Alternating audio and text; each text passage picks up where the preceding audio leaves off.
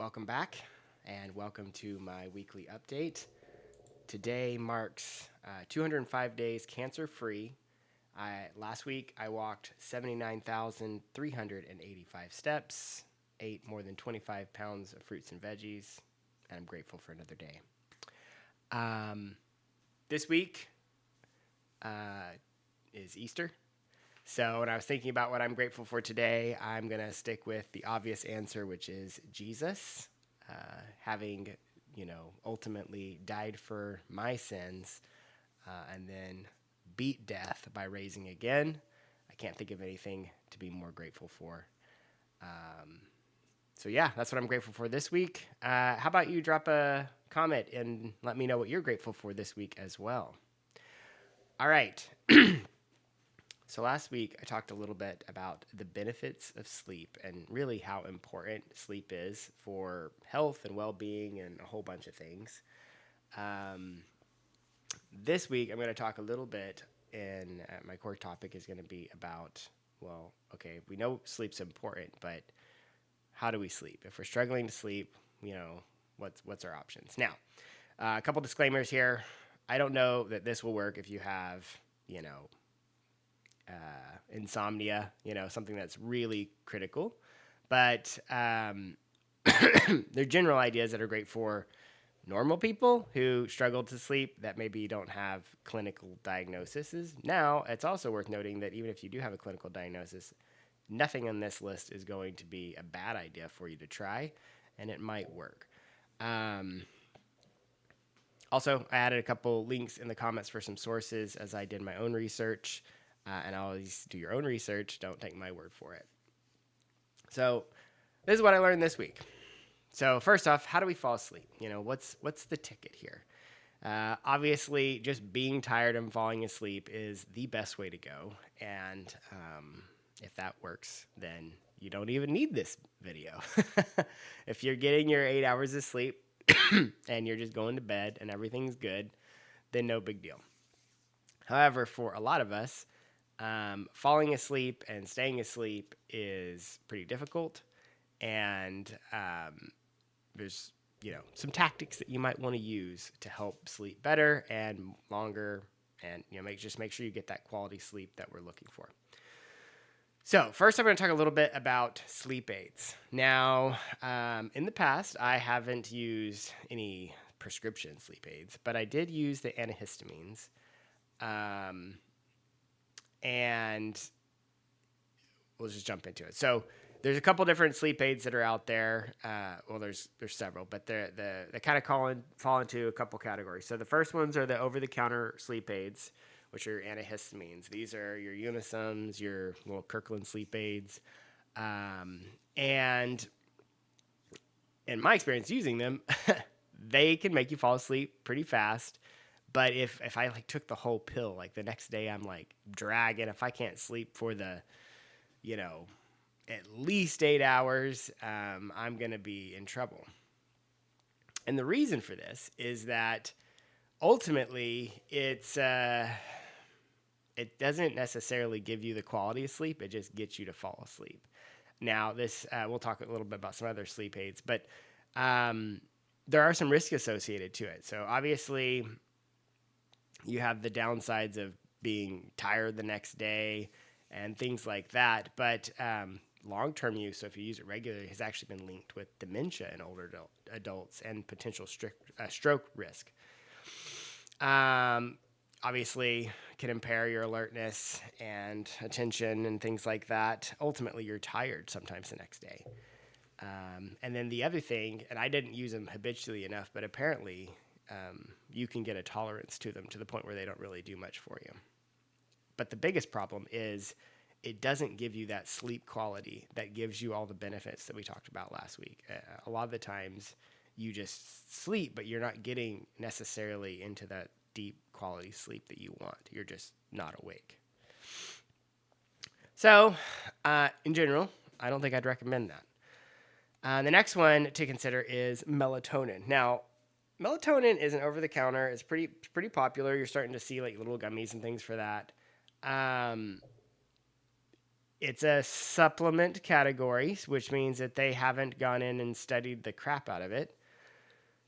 Apparently, common side effects can include headaches, dizziness, nausea, and daytime sleepiness. I've actually used I use melatonin, and I haven't noticed any of those. I think the main thing that I have noticed is you will likely get dreams if you don't used to getting dreams. Ultimately, they haven't studied it that well, so they don't have a ton of information. But what they haven't really found anything super bad.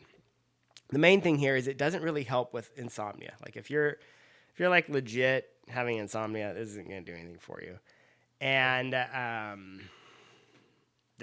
ultimately, your body creates melatonin. We talked a little bit about that, I think, last week. It's kind of a mild, non-heavy sleep aid.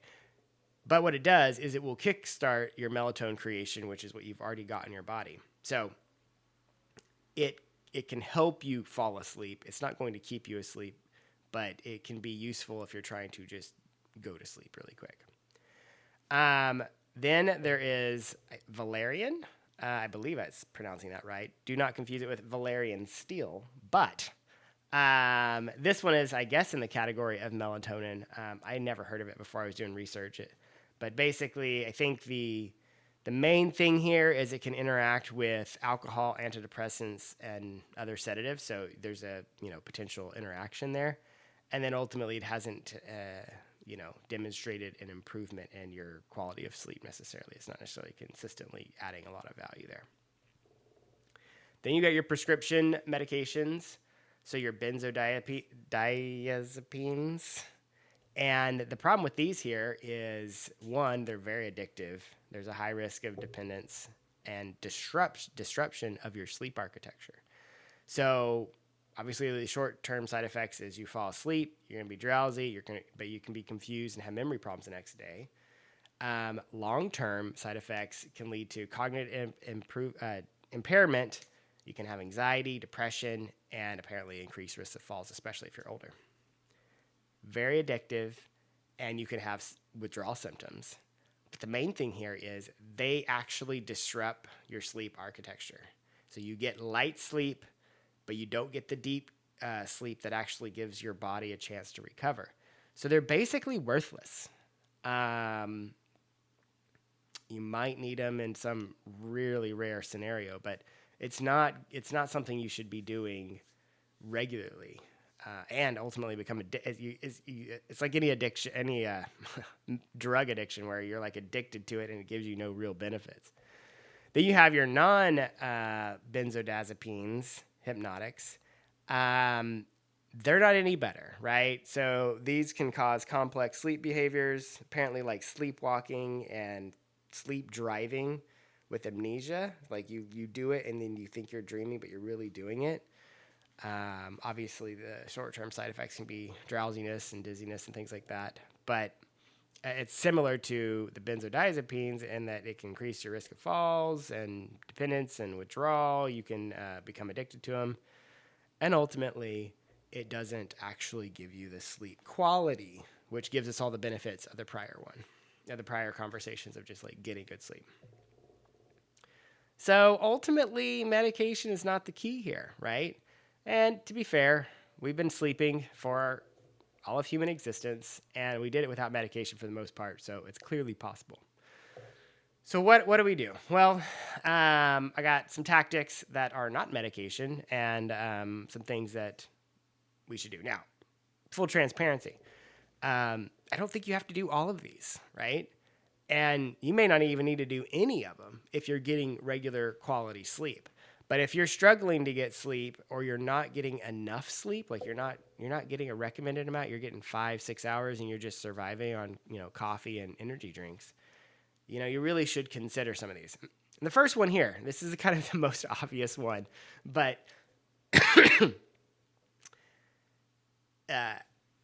make time to get enough sleep, right? So there's this TikTok that I see every once in a while where the guy goes, "Man, I'd do anything to get 8 hours of sleep." And the guy responds, he's like, have you ever thought about going to sleep 8 hours before you need to get up? He's like, oh, absolutely not. I would never do that. Don't be ridiculous, right? Well, you can't get 8 hours of sleep if you're planning on getting up in 5 hours, right? That's just not possible.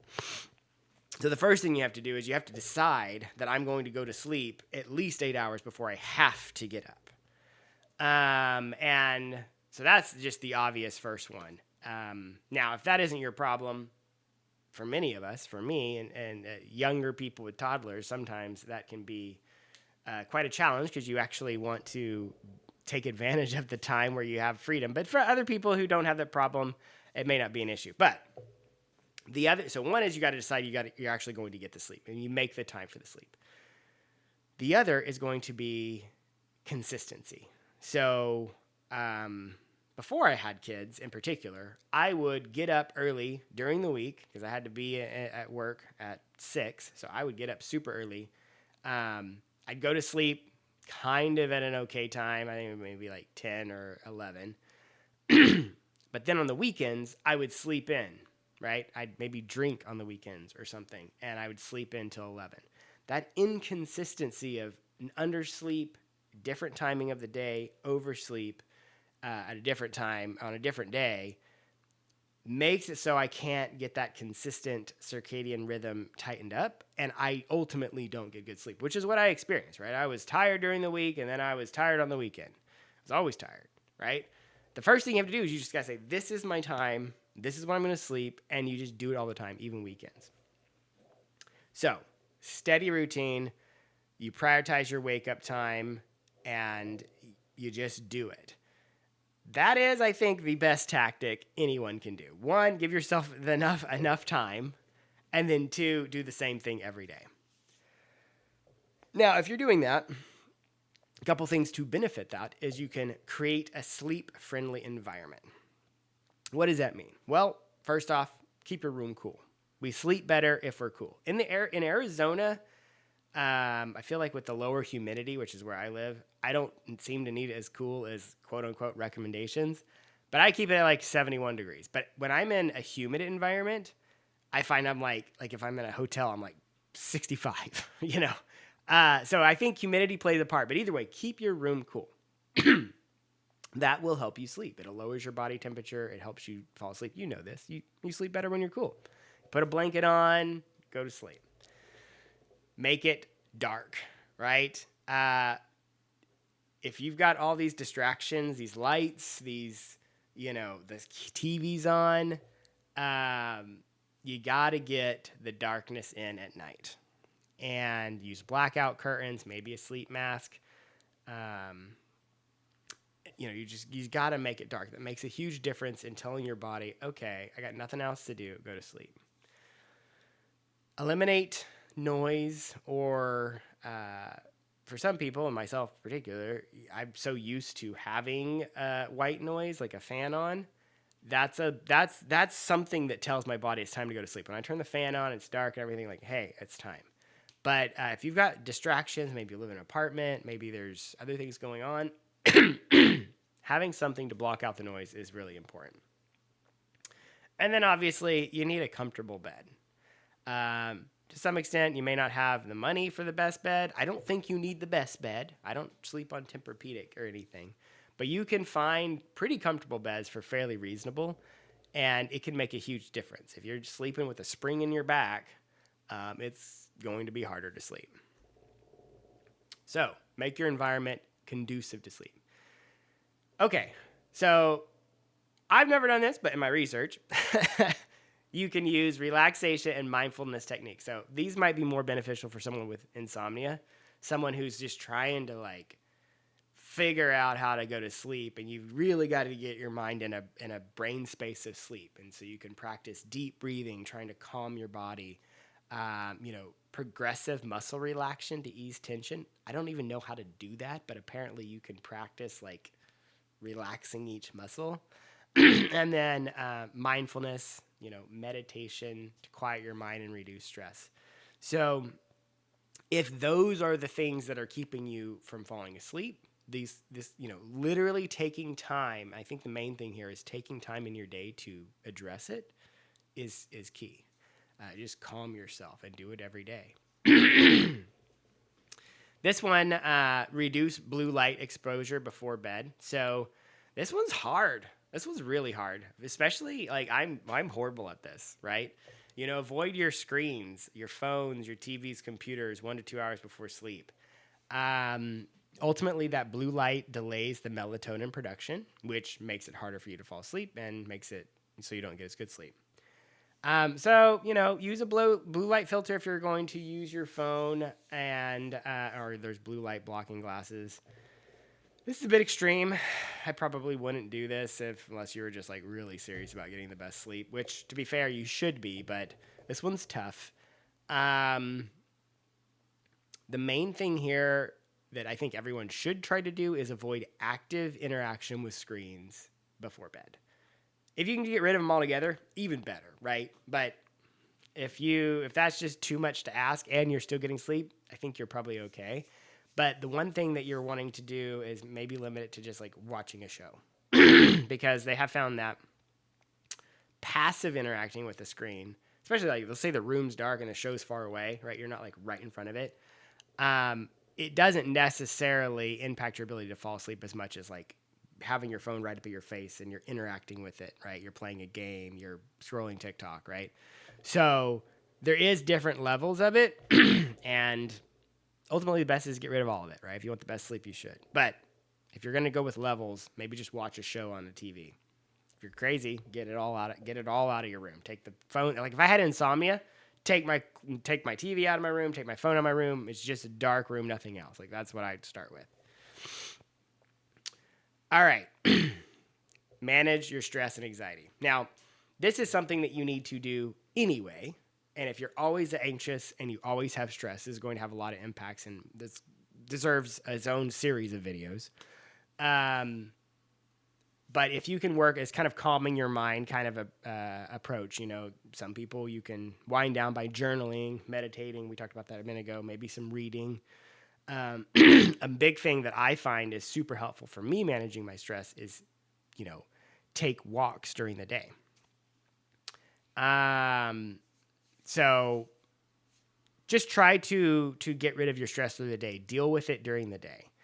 And we already talked about breathing techniques and relaxation. Ultimately, one bullet point about stress is not effective, but try to manage your stress. That can affect your sleep. We all know that. All right, practical thing you can do, watch what you eat. Try not to eat before bed. There's benefits to that no matter what, but if you have an empty stomach when you go to sleep, it helps. One, it can help with GERD symptoms, prevent, acid reflux, things like that. But your body isn't working digesting food, so you will actually have better quality sleep, and it's easier to fall asleep with it. Things you definitely want to avoid is caffeine and nicotine, at least 4 to 6 hours before bed. Those stay in your system for a lot longer than you think. And caffeine is in, Coke or Dr. Pepper. So if you're having a Dr. Pepper for dinner, you've got caffeine in your system, and then you're wondering why it's hard to fall asleep, right? Just if you're going to have caffeine, do it early in the morning. And then don't drink alcohol at bedtime. That is super, super anti what you'd think, because you think, hey, if I'm going to drink before bed. It makes me go to sleep. Well, actually, alcohol kind of works like a sleep aid in that it knocks you out, but it totally disrupts your sleep pattern. And so even though you might fall asleep, you actually don't get good quality sleep. And when I was younger, that didn't seem to matter. I would just sleep all through the night and wake up and feel kind of like crap and everything was fine. But now, when I'm older, when I've had drinks, I'll wake up in the middle of the night and like can't fall back asleep. It's weird how that kind of happened. It's because alcohol doesn't help you sleep. It screws your sleep up. And you don't get high quality sleep. So this might be hard, but if you've got sleep problems, stop drinking. We'll talk about alcohol and the wonderful benefits it has maybe in a different video. All right. Exercise, right? But do it at the right time. Exercising right before you go to sleep actually can help you not to sleep. So you don't want to do that. But walking throughout the day, getting your 10,000 steps in, that can help reduce stress. It also just like gets your body to the point where it's tired, ready for sleep. And then, obviously more aggressive workouts are good too, but do them earlier. Don't do them, a couple hours before bed. Don't do it at, 9 and then you're going to sleep at 10. And then practice smart sleep hygiene. So it's kind of everything that we talked about before, but go to bed when you're sleepy, right? If you can't sleep, get up, walk around, and then when you're sleepy, go to bed. Go back to bed, right? Make the bed the place where you sleep. Reserve it for sleeping or relationship activities with your partner. Try not to do naps. Keep your consistent routine, and don't be checking the clock. Checking the clock can cause stress that then makes it so you can't fall asleep. I literally, like, if I wake up in the middle of the night, I will not look at the clock, because if it is, an hour before I need to get back up, I will not fall back asleep. But if I don't know and it could be 6 hours before, then I might fall back asleep again. All right, so what do I do? I am by far not perfect. I do not practice all of these well. But a couple things that I do is I don't eat after dinner. I try to have dinner earlier. That hasn't been working very good recently. But 7-ish, 7:30, I don't eat again. That has basically, I don't have GERD anymore, but I did. My GERD's gone, but it helps me sleep. Generally, I try to avoid being stressed. I manage my stress throughout the day, and I'm not going to sleep stressed out, worried about work, worried about the next day, worried about whatever. Like, I've let it all go. I get my steps in. I think that's a big key in stress management, is just walking, because it gives you a chance to process things, and making time to walk, I think, is huge. And then I try not to scroll on my phone or interact with my phone much before bed. I do watch a show before bed most nights, but normally I'll hang out and talk with Samantha, and we kind of have a consistent routine. It does involve the screen if we watch a show, but I haven't noticed that that's really impacted my ability to, like my mind isn't running. Normally it's kind of like just, whatever, we turn it off and we're done, right? It's not like I'm really thinking deeply about anything. And then I do take melatonin. What I have found is it helps me fall asleep if I'm not quite over the limit. So like if I'm like, put my head down, let's go to bed. If I take a melatonin during that time, even if my mind is running a little bit, I end up falling asleep, and then I can sleep all night.